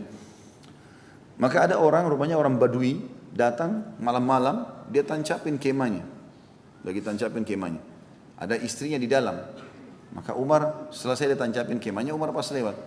Umar lihat kenapa ada orang malam-malam, tidak dikenal, bukan masyarakat Madinah. Salam, Assalamualaikum warahmatullahi wabarakatuh. Dia jawab, Waalaikumsalam warahmatullahi wabarakatuh. Berarti orang Muslim. Kata Umar, wahai hamba Allah, wahai Abdullah, apa ceritamu ini? Dia bilang, saya musafir dan saya kebetulan kemalaman. Saya lewat Madinah, saya mampir, ini tanah kosong, saya tinggal di sini, besok pagi saya pergi. Umar diam. Ternyata dari dalam kemah ada suara perempuan seperti merintih, ya, orang yang kesakitan. Kata Umar, siapa itu? Kata orang itu, orang Badui bilang, bukan urusanmu. Maksudnya dia tidak tahu, mungkin dia juga nggak enak kalau sampai dia jelasin. Kata Umar, mungkin saya bisa bantu. Kata dia, itu istri saya lagi mau melahirkan. Lagi mau melahirkan istri saya. Dan tidak ada yang bisa bantu. Saya tidak mengerti bagaimana membuat perempuan melahirkan. Saya nggak tahu. Kata Umar, mau kau saya datangkan bantuan? Dia bilang, iya. Umar pergi pulang. Waktu itu Umar sendirian nih. Tengah malam, dia pulang ke rumahnya, dia panggil istrinya. Dia bukan ketuk-ketukin rumahnya para pejabat negara nih, ayo bantu. Enggak. Dia bangunin istrinya. Istrinya waktu itu Ummu Kalthum. Ummu Kalthum radhiyallahu anha ini adalah anaknya Ali bin Abi Thalib dan Fatimah, adiknya Hasan dan Husain. Istri terakhirnya Umar itu adalah anaknya Ali bin Abi Thalib. Maka dia bilang, wahai cucu Rasulullah, apakah kau mau mendapatkan pahala seorang muslimah yang mau melahirkan tidak ada yang bantu? Kata istrinya ratu waktu itu. Ya. Tentu saja Amir Mu'minin. Ayo siapkan perlengkapan untuk melahirkan orang. Kita berjalan sekarang. Jalanlah si raja sama ratu. Nggak ada kamera, nggak ada orang tahu. Kenapa ketawa? Nggak ada yang tahu malam-malam. Jalan si raja sama ratu, tengah malam, nggak ada yang tahu. Ya. Sampai ke sana, Umar bilang sama istrinya, masuklah, uruslah saudarimu muslimah itu. Umar bin Khattab duduk sama si pemilik kemah ini, si orang Badui. Ngobrol-ngobrol, Umar gak kenalin diri, saya Amir Mukminin. Enggak ada. Umar bicara, kau dari mana? Oh dari suku Arab ini. Umar bicara tentang jalurnya, nasabnya mereka, apa kehidupan mereka, jaraknya dari mana, kenapa pindah-pindah. Umar bicara secara umum. Rupanya tiba-tiba terdengar suara bayi dari dalam. Istrinya Umar bilang, wahai Amir Mukminin, beritakan kepada sahabatmu di sebelah kalau anaknya sudah lahir. Begitu dengar suara Amir Mukminin, orang Badui duduk di kursi sama Umar langsung turun ke bawah. Ketakutan. Apakah anda Amir Mukminin Umar? Dia bilang, iya benar. Duduklah, kata Umar. Tidak usah kau khawatir. Ini adalah tanggung jawabku. Maka Umar bin Khattab pun memberikan kebutuhannya dia, kemudian memberikan kesempatan juga dia membawa bekal untuk besok pergi. Tapi begitu luar biasa. Itu contoh saja. Maka orang yang jadi pemimpin ini teman-teman tanggung jawabnya berat. Kalau ada satu orang saja yang tidak sempat makan di bawah naungan dia, itu sudah cukup menuntut pada dia hari kiamat. Ini bahaya sekali nih. Ini jangan bawa-bawa musuh hari kiamat ini. Karena satu orang cukup. Kalau kita buat masalah sama orang, tetangga kita saya satu orang, kemudian kita zalimi dia. Misal kita gibah, fitnah, atau kita ambil haknya dia misal. Kemudian dia bilang pada hari kiamat kita tidak sempat minta maaf. Ya Allah, saya mau puasa Ramadannya aja. Kita puasa Ramadan 50 tahun diambil sama dia gara-gara ghibah, rugi benar ini. Ya Allah, saya mau hajinya saja, saya mau sholat malamnya saja, saya mau sedekahnya. Itu habislah pahala kita. Itulah yang Nabi SAW mengatakan, atadruna manil muflis. Apa kalian tahu siapa orang yang bangkrut? Man la dirham lahu wala dinar ya Rasulullah. Kata sahabat yang tidak ada dinar dan dirhamnya. Kata Nabi, bukan. Orang yang datang hari kiamat bawa pahala sholat lengkap, puasa lengkap, haji lengkap, sedekah lengkap. Tapi pernah caci maki ini, pernah memukul itu, pernah mengambil haknya orang ini. Pernah juga tidak memberikan hak orang lain. Lalu datang orang-orang yang tuntut dia pada hari kiamat. Dibagi-bagilah pahalanya semua. Pada saat habis, masih ada nuntut, diambil dosa orang-orang ditimpakan pada dia. Maka dilemparkan dia ke dalam neraka sejarak jauh timur dan barat. Kita yang sholat, kita yang puasa, kita yang haji diambil untuk orang lain. Kenapa? Karena buat musuh. Ini tanggung jawab semua ini. Jadi jangan main-main teman-teman sekalian dalam masalah ini. Makin kita tidak banyak tahu tentang orang atau diamanahkan makin bagus. Tapi kalau ada kita jalankan amanah itu. Tapi sengaja teman-teman, ya, pilihlah saya, ya, dukunglah saya segala macam. Tapi dia tidak sadar tentang tanggung jawabnya, ini bahaya sekali. Bahaya sekali. Ini saya bicara umum. Jangan dihubungkan lagi sama pilpres. Ini bahaya, tanggung jawabnya berat, ya. Apalagi Indonesia, Masya Allah 200 juta lebih, luar biasa nuntut semua hari kiamat. Ini la haula wa la quwata illa billah. 5 tahun menjabat tapi luar biasa tuntutannya. Ini luar biasa, ya. Semoga Allah berikan hidayah. Yang kedua adalah warrajulu ra'in ala ahli baiti wa huwa mas'ulun an ra'iyati. Ini bapak-bapak, ikhwasin laki-laki sekalian, harus menjadi pemimpin. Tidak boleh balik, jangan suruh istri jadi pemimpin, ya. Pemimpin artinya penaung, pelindung, penentu keputusan. Dari awal menikah begitu, ya. Berikan instruksi, saya mau begini, kerjakanlah ini, sambil kita naungi dia dengan cinta dan kasih sayang. Tapi keputusan di tangan kita. Karena Allah SWT mengatakan dalam surah An-Nisa, A'udzubillahi minasyaitonir ar-rijalu qawwamuna 'alan nisa. Laki-laki pemimpin perempuan. Pemimpin berarti penaung, pelindung dan juga penentu keputusan. Jadi istri boleh kalau mau minta pendapatnya, tapi bukan istri penentu keputusan. Dari awal biasakan kita ini mendengarkan keluh kesahnya istri, keluh kesahnya anak, ya udah. Walaupun kita punya masalah banyak di luar, memang begitu tugasnya laki-laki. Kalau kita mau cerita betul-betul, kalau kita pikir istri kita ini berakal, punya pendapat, mungkin. Nabi SAW pernah menanyakan pendapat, tapi kepada istrinya yang berakal, Ummu Salamah radhiyallahu anha. Pada saat terjadi kesepakatan Hudaybiyah, lalu Nabi SAW disuruh oleh Allah SWT untuk pulang ke Madinah. Waktu itu Nabi SAW pakai baju ihram dan 1399 orang semua pakai baju ihram. Sahabat-sahabat berharap mereka sudah bawa pedang bisa nyerang Mekah. Tapi wahyu mengatakan tidak seperti itu, suruh pulang ke Madinah. Nabi SAW mengatakan, cukurlah rambut kalian, buka baju kalian, kita pulang ke Madinah. Sahabat semua pada duduk, berharap mungkin ada wahyu lagi turun, suruh perang, mau perang, gitu kan, mau nyerang Mekah karena sudah ini tinggal satu langkah perbatasan haram masuk Mekah dan bisa menyerang Mekah pada saat itu 1.400 orang kuat sekali gitu. Maka pada saat itu sahabat pada duduk semua, bukan mau membangkang dengan Nabi SAW, tapi Mereka berpikir siapa tahu masih bisa berubah nih, ya, karena mereka berharap perang pada saat itu. Maka Nabi SAW masuk dalam kemah, waktu itu yang ikut kebetulan dalam safar istri beliau Ummu Salamah radhiyallahu anha. Ummu Salamah ini orang yang berumur, bahkan kalau tidak salah lebih tua dari Nabi SAW. Berakal, sudah dewasa wanita ini. Maka dia lihat raut wajahnya Nabi berubah. Kata Ummu Salamah, ada apa wahai Rasulullah? Maka Nabi SAW mengatakan, sesungguhnya aku telah memerintahkan mereka untuk mencukur rambut mereka dan membuka baju ihram mereka. Perintah dari Allah. Kita disuruh pulang ke Madinah, tapi mereka masih pada duduk. Saya takut hukumnya Allah datang nih. Allah hukum kita semua ini. Maka kata Ummu Salamah, ya Rasulullah, mau saya berikan saran? Kata Nabi SAW, silahkan. Kata dia, kenapa anda tidak mulai mencukur rambut anda dulu di depan mereka? Mungkin dengan mereka melihat anda, maka mereka akan melakukan. Kata Nabi SAW, pendapat yang baik. Beliau keluar, panggil tukang cukurnya, cukur duluan di depan para sahabat. Lalu beliau sendiri buka juga baju ihramnya. Begitu sahabat lihat itu, mereka berlumba-lumba mencukur rambut mereka. Sampai sebagian ada yang luka kepalanya karena buru-buru mencukur. Karena melihat Nabi SAW sudah mencukur rambutnya. Ini pendapat yang bagus. Tapi bukan berarti teman-teman dalam rumah tangga semuanya tanya pendapat istri. Karena dia juga kesian, sudah ada tanggung jawab rumah, sudah tanggung jawab anak. Mau tanya juga sarannya, lingkupnya antara rumah, dapur, kamar, rumah. Mengerti apa dia tentang masalah di luar ini berat, nggak usah dibawa pada istri. Jadi ini juga poin. Walaupun kita bisa tanya pendapatnya, tapi berikan keringanan, gitu kan? Dan kita harus jadi pemimpin di sini. Kita di luar punya masalah, kita pecahkan permasalahan di tengah masyarakat. Pulang ke rumah juga begitu, kita juga pecahkan permasalahan. Saya kalau pulang rumah saya tanya istri saya, ada masalah apa?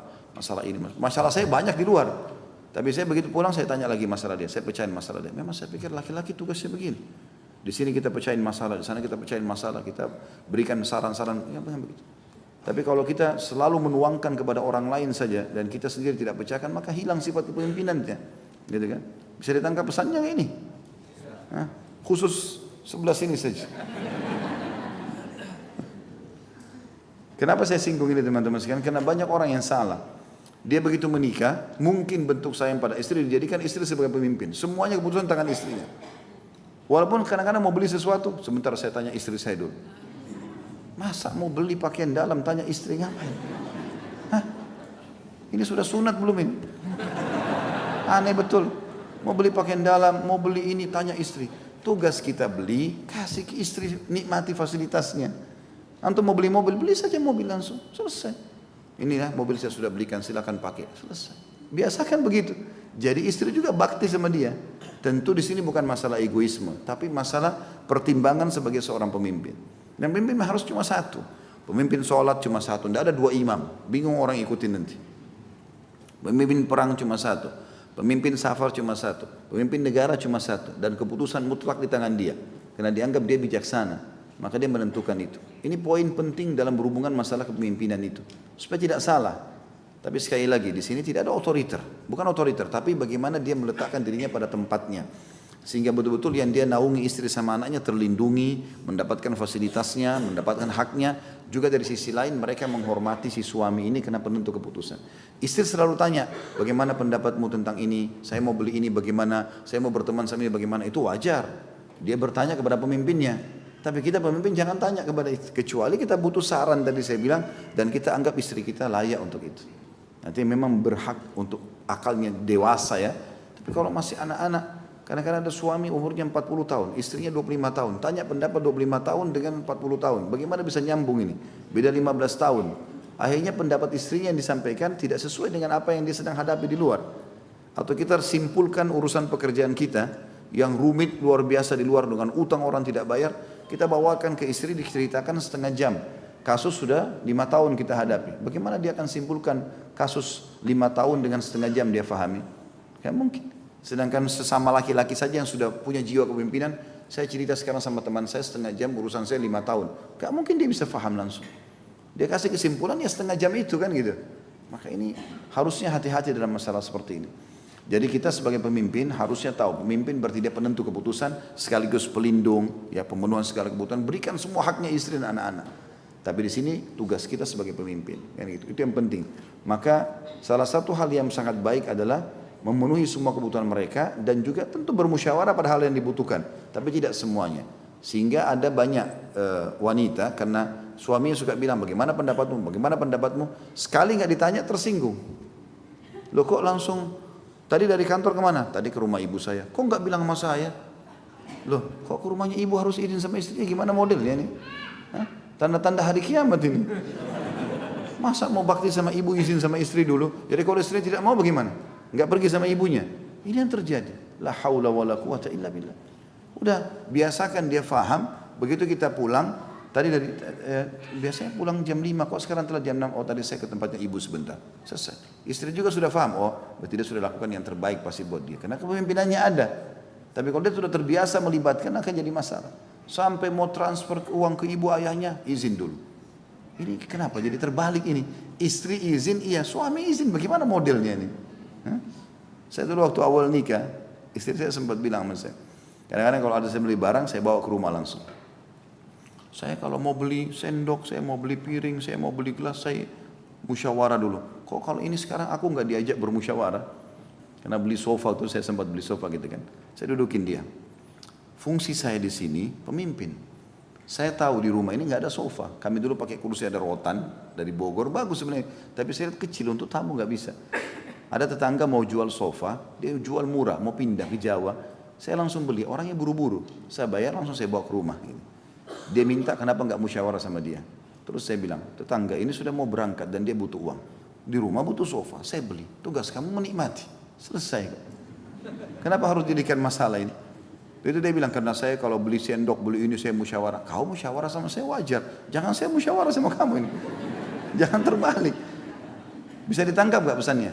Ini bukan masalah otoriter ya, tapi ini akan stabil rumah tangga kalau pemimpin pada tempatnya, yang dipimpin juga pada tempatnya. Ini boleh bermusyawarah, ini jangan semuanya bermusyawarah, itu kan? Maka saya jelaskan baik-baik pada saat itu. Kalau ini harusnya begini, harusnya begini, harusnya begini. Dan ini nyaman kok, ibu-ibu juga nyaman kan? Suami tinggal siapin fasilitas, tinggal kayak ratu-ratu saja. Jalan, ada mobil tinggal pakai, ada rumah tinggal, tidak usah banyak protes. Hah? Nanti dengan begitu dicintai sama suami. Kalau sedikit protes ini harus dengan izinnya, kalau enggak ngambek, pindah kamar sebelah, kamarnya anak-anak. Dilaknat oleh malaikat. Dilaknat oleh malaikat, enggak boleh. Ngambek, kenapa? Karena suaminya enggak ajak dia musyawarah. Akhirnya pindah ke kamar sebelah. Bagaimana cara? Nabi SAW mengatakan, istri manapun yang meninggalkan ranjang suaminya, maka dilaknat sampai pagi. Enggak boleh. Makanya biar kamarnya bagus, pakai AC, marmer semua, ranjangnya mahal, tetap enggak bisa tidur tuh, gelisah. Karena dilaknat hidupnya. Jadi harus tempatkan pada tempatnya masing-masing. Jelas gak ini laki-laki? Nah, kayak kodok. Istrinya marah. Ya, saya kadang-kadang heran lihat laki-laki begitu. Istrinya marah-marah, dia di pojok kayak anak kecil ketakutan. La haula wala quwwata illa billah. Bagaimana modelnya itu? Ada seorang bapak pernah bilang sama saya begitu. Padahal dia subhanallah salah satu anggota militer. Saya Ustadz cerai sama istri saya. Oh iya Pak, saya mau cerita sedikit. Silakan duduk sama saya ngobrol. Punya jabatan tinggi, Masya Allah. Orangnya kekar, tinggi besar. Ngobrol sama saya. Terus dia bilang, saya cerai sama istri saya. Sekarang saya sudah nikah lagi. Oh iya Pak, apa yang mau ditanyain? Kira-kira saya berdosa nggak ceraikan istri saya ini? Kenapa? Dulu Ustadz kalau dia marah-marah, saya jadi hilang pangkat saya. Saya tinggal taruh tangan saya di perut saya, lalu saya dengar, iya mah, iya mah. Sekarang saya ceraikan, bagus Pak, ceraikan. Betul. Cerai saja kalau begitu. Kalau saya diminta saran, tidak bisa.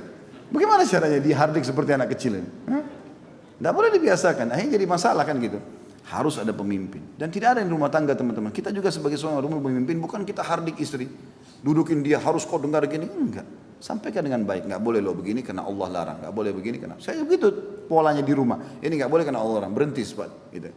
Kalau jalan dengan saya silahkan, nggak bisa jalan sama saya silahkan, pintu terbuka. Jadi harus ikutin. Jadi Pak biar jelas, kalau enggak akan rancu semua rumah tangga itu. Faham nggak ini?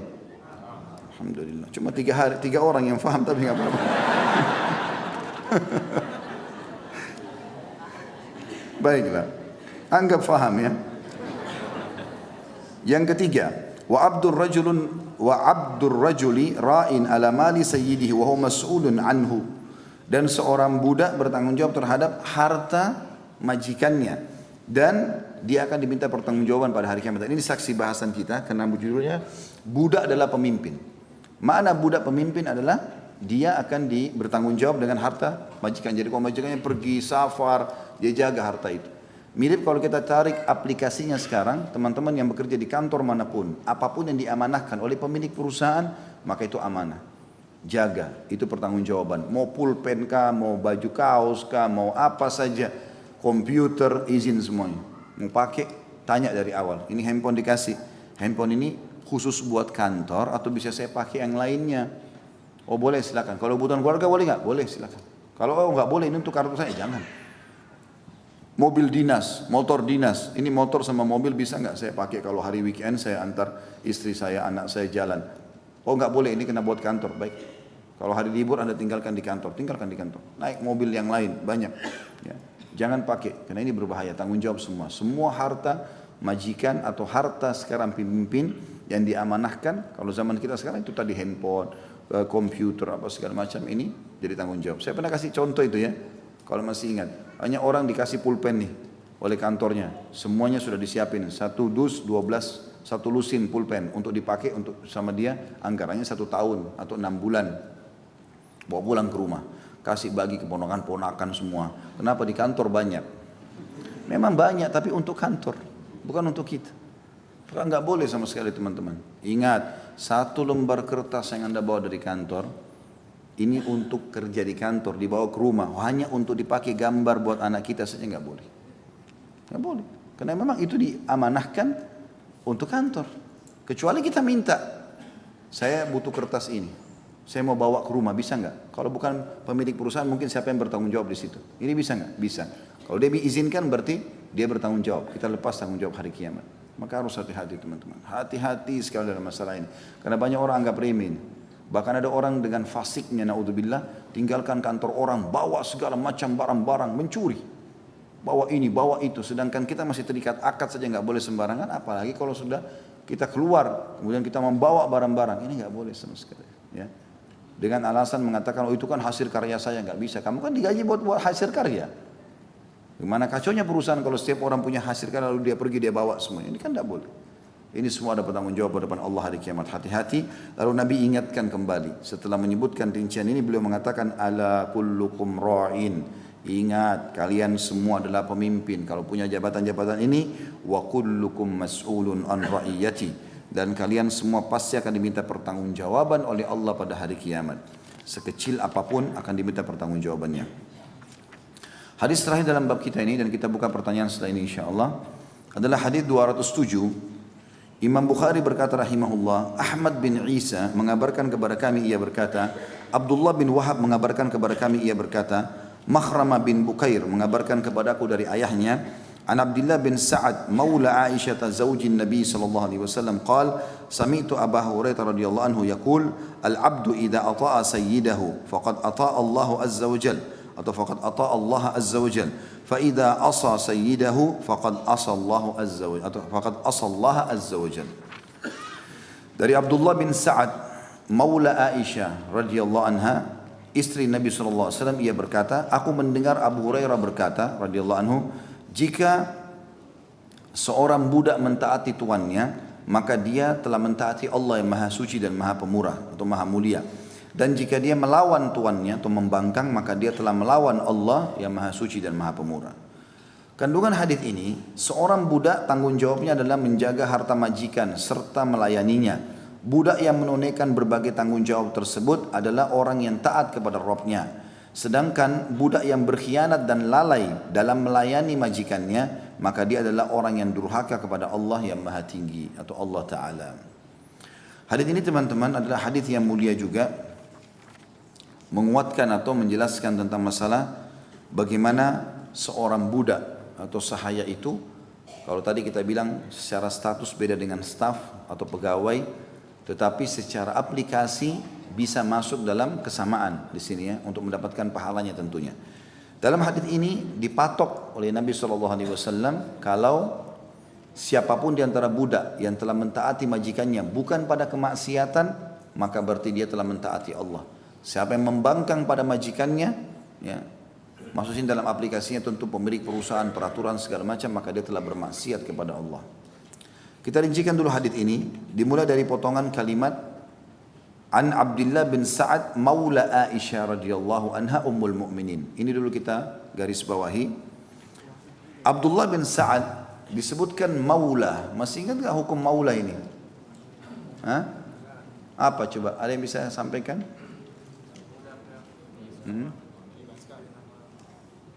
Budak yang dibebaskan. Jadi kalau kita punya budak, lalu kita mengatakan kau bebas karena Allah. Tidak ada sama sekali kita berikan syarat. Kita nggak mengatakan kau harus bayar 5 juta, 10 juta, nggak ada. Kita cuma memang lillahi ta'ala, kau bebas karena Allah misalnya. Maka ada namanya hukum maula. Misalnya saya punya budak inisial A, kemudian saya mengatakan hai A kau bebas karena Allah. Maka nanti namanya dia A maula Khalid. Ada hukum syar'inya di sini. Hukum syar'inya adalah kalau si budak ini kaya raya kemudian dia meninggal, saya termasuk ahli warisnya. Gitu. Karena ada hukum maula. Jadi kasnya begitu. Ini bisa terjadi pada laki-laki dan perempuan. Terbukti di sini. Kenapa saya bilang perempuan juga? Karena perhatikan ini seorang laki-laki namanya Abdullah bin Sa'ad. Maulanya siapa? Aisyah radhiyallahu anha. Aisyah perempuan. Berarti Aisyah pernah membeli budak ini, kemudian mengatakan kau bebas karena Allah. Makanya ada hukum maula di sini. Rupanya dia, ini potongan pertama ya. Potongan keduanya, Abdullah bin Sa'ad ini pernah mendengar langsung dari Abu Hurairah. Nah, dalam ilmu hadis ini, kalau orang bilang mendengar, melihat, ini kuat sekali kedudukan hadisnya. Berarti dia dengar langsung, dia lihat langsung. Beda dengan kalau dia bilang dinukil kepada saya, itu lain. Tapi kalau mendengar, ya, atau melihat, ini adalah sesuatu yang sangat kuat. Maka budak ini, mantan budaknya Aisyah mendengar langsung dari Abu Hurairah radhiyallahu anhu ajma'in. Ini potongannya, berarti masalah kasus mendengar ini terkuat dalam sanad atau dalam penjelasan hadis. Kemudian yang ketiga, penjelasan rincian hadis, jika seorang budak mentaati tuannya, dia telah mentaati Allah Azza wa Jalla. Potongan ini di garis bawahi dulu, ini bagian ketiga. Berarti Allah Subhanahu wa taala menggantungkan ketaatan kepadanya pada ketaatan pada makhluk. Ini ada hukum sendiri ya. Seperti contoh kasus, kita bakti sama orang tua kita. Ibu-ibu sekarang bakti atau patuh sama suaminya. Anak-anak pada orang tua tadi saya bilang. Nah ini teman-teman harus kita fahami poin penting. Ini sebenarnya masalahnya sensitif sekali untuk membedakannya. Antara kita bakti sama orang tua karena kita merasa anak, dengan kita bakti sama orang tua karena merasa ini tanggung jawab dan perintah dari Allah. Yang pertama itu karena masalah perasaan saja. Oh ini orang tua saya, ibu saya, ayah saya bakti. Kalau sebatas itu belum ada pahalanya. Tapi kalau kita pindah ke poin sebentar yang satunya digeser saya sedikit, saya bakti kepada orang tua saya karena Allah yang perintahkan. Maka semuanya pahala. Karena bedanya adalah kalau yang pertama ini karena manusia kita bisa mengikuti perasaan kita. Kapan orang tua kita tuh baik sama kita, kita bakti sama dia. Kapan orang tua kita kasar atau membuang kita dari kecil, kita tidak akan bakti. Tapi kalau digeser tadi kepada bakti karena Allah Subhanahu wa taala, maka dalam keadaan apapun kita akan bakti.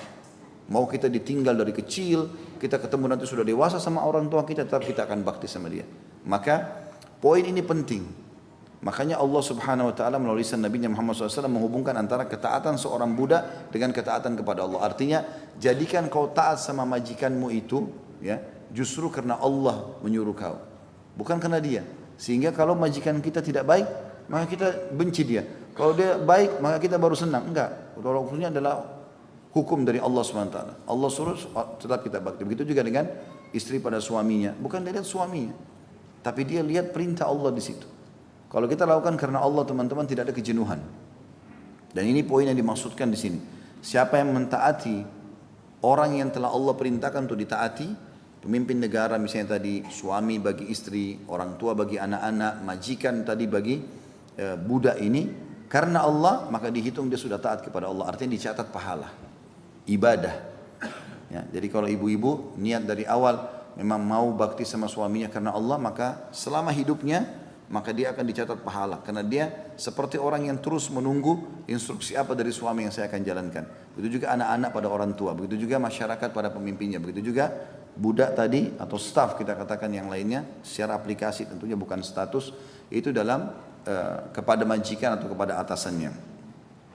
Potongan yang terakhir yang keempat adalah, dan barang siapa yang melawan tuannya, membangkang, ya, berkhianat, masuk dalam semua makna ini, mencurangi, maka dia telah melawan atau membangkang kepada Allah Subhanahu wa taala.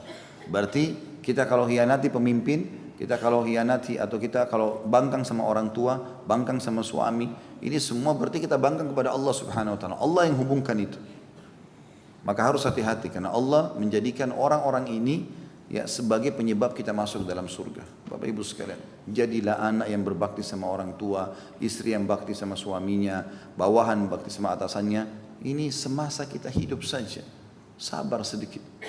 Insya Allah setelah itu kita akan lepas dari tanggung jawab depan Allah hari kiamat. Karena kalau kita membangkang, dihitung maksiat kepada Allah. Dan ini betul memberatkan timbangan dosa kita. Ini berbahaya sekali. Untuk apa kita membangkang pada hal yang tidak dibutuhkan? Sampai kata ulama, kalau orang tua itu marah-marah, caci maki, kita tidak boleh membantah, jangan bantah. Tugas kita bukan membantah, tugas kita adalah patuh sama dia. Ya sudah kita sabarin sebagai bentuk ketaatan kepada Allah Subhanahu wa taala. Karena tidak ada sesuatu yang terjadi di muka bumi ini teman-teman kecuali ada penyebab dosanya. Sebagian salafus saleh berkata begini. Mudah-mudahan teman-teman tim sudah mengangkat itu di YouTube ya. Ada kajian saya setiap Jumat di Mbobedek itu Jumat keberapa kita? Ketiga ya, ke-1 sama 3 kita membahas buku Ad-Da' wa Dawa, bukunya Ibnu Qayyim rahimahullah tentang masalah penyakit hati. Itu sampai dinukil oleh Ibnu Qayyim rahimahullah dengan statement yang sangat bagus, rincian yang sangat bagus tentang efek dosa. Ini banyak orang tidak sadar. Banyak sekali fasilitas hilang dari kita teman-teman justru karena dosa yang kita lakukan kepada Allah Azza wa Jalla. Antum kalau punya masalah dalam hidup ini, masalah apapun, tidak usah dulu lihat kenapa orang ini lakukan pada saya, tapi muhasabah dengan Allah Subhanahu wa taala. Kalau ada urusan kita salah dengan Allah ini berarti itu sebabnya sudah selesai. Tapi kalau kita sudah muhasabah sama Allah tidak ada, berarti Allah mau hukum orang itu. Itu sudah sederhana kok. Jadi nggak usah repot-repot memperbaiki nama kita sana sini, nggak usah. Muhasabah dengan Allah. Oh ternyata memang saya buat begini. Perbaiki ini, Allah perbaiki semua yang lainnya. Nggak usah banyak-banyak buang energi. Kata beliau, sebagian salafus saleh ada yang mengatakan saya kena musibah ini justru karena dosa 40 tahun lalu yang saya lakukan. Bahkan Ibnu Qayyim mengatakan, tidakkah kalian menyadari bahwasanya Nabi Ayyub alaihissalam diuji oleh Allah dengan penyakit kustanya justru karena salah satu masyarakatnya datang minta tolong kepada beliau untuk ditolong dari orang yang zalim, lalu beliau menundanya atau tidak memenuhinya, maka Allah mengujinya. Sebagian salafus saleh kalau lewat di sebuah tempat tercium bau busuk di hidungnya saja, lewat tercium bau busuk, dia beristighfar kepada Allah. Ada apa ini? Kenapa Allah sampaikan ke saya bau busuk ini? Kakinya kesentuh batu, astagfirullah, ada masalah apa ini? Allah ingatkan. Bahkan pernah terdengar guntur yang besar di langit di zaman Nabi SAW. Nabi ingatkan, ingat ini peringatan tegas dari Allah yang di langit untuk penduduk bumi. Ada masalah kalian ya sehingga guntur ribut di atas tuh. Sampai seperti itu. Ya. Dan Allah SWT sebutkan dalam surah Ar-Ra'd itu, surah nomor 13, tentang masalah guntur dan ya, petir segala macamnya Allah ingatkan. Kalau itu peringatan dari Allah Subhanahu wa taala. Jadi semuanya itu dijadikan sebagai bahan muhasabah. Maka ini poin penting teman-teman sekalian, ya. Jadi kalau ada kemaksiatan kepada Allah itu berefek kepada hal-hal yang lain. Bahkan pernah saya nukil kan, pernah saya sampaikan statement sebagian salaf mengatakan aku mengetahui aku punya dosa kepada Allah kalau aku lihat perubahan sikap dari pasangan hidupku, tungganganku dan juga tikus yang masuk ke dalam rumahku. Kenapa tikus dia sebutkan? Karena tikus secara khusus hewan yang boleh dibunuh. Ya. Dan Nabi SAW berikan nama Fuwaisiq, binatang yang buruk. Ya, kata Nabi SAW, 5 hewan bunuhlah di wilayah haram dan di luar haram. Ya, di wilayah Mekah, Madinah ataupun di luar 2 wilayah ini. Dimulai dengan tikus yang pertama. Kemudian baru masuk ular, ya, burung gagak yang dadanya putih, dan dadanya berbulu putih. Kemudian burung raja wali dan anjing buas. Ya. 5 ini dibunuh di wilayah haram, di luar haram. Kemudian hadis lain mengatakan juga kalajengking yang ke-6, karena pernah ada kalajengking yang menyengat atau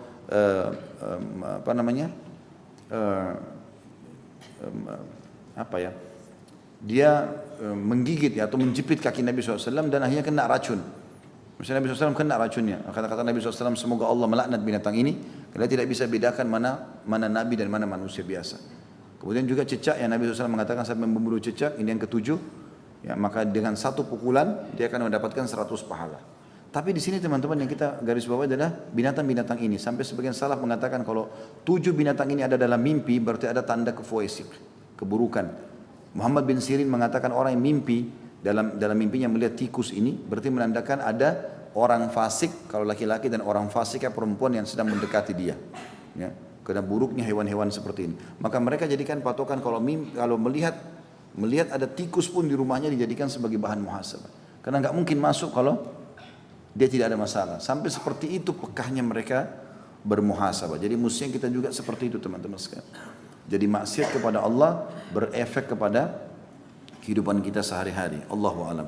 Baik, ini kita belajar insyaallah. Mudah-mudahan Kamis akan datang kita bisa lanjutkan lagi bab yang selanjutnya 105 dan seterusnya. Baik, begitu saja. Subhanakallahumma bihamdika asyhadu an la ilaha illa anta astaghfiruka wa atubu ilaik. Assalamualaikum warahmatullahi wabarakatuh.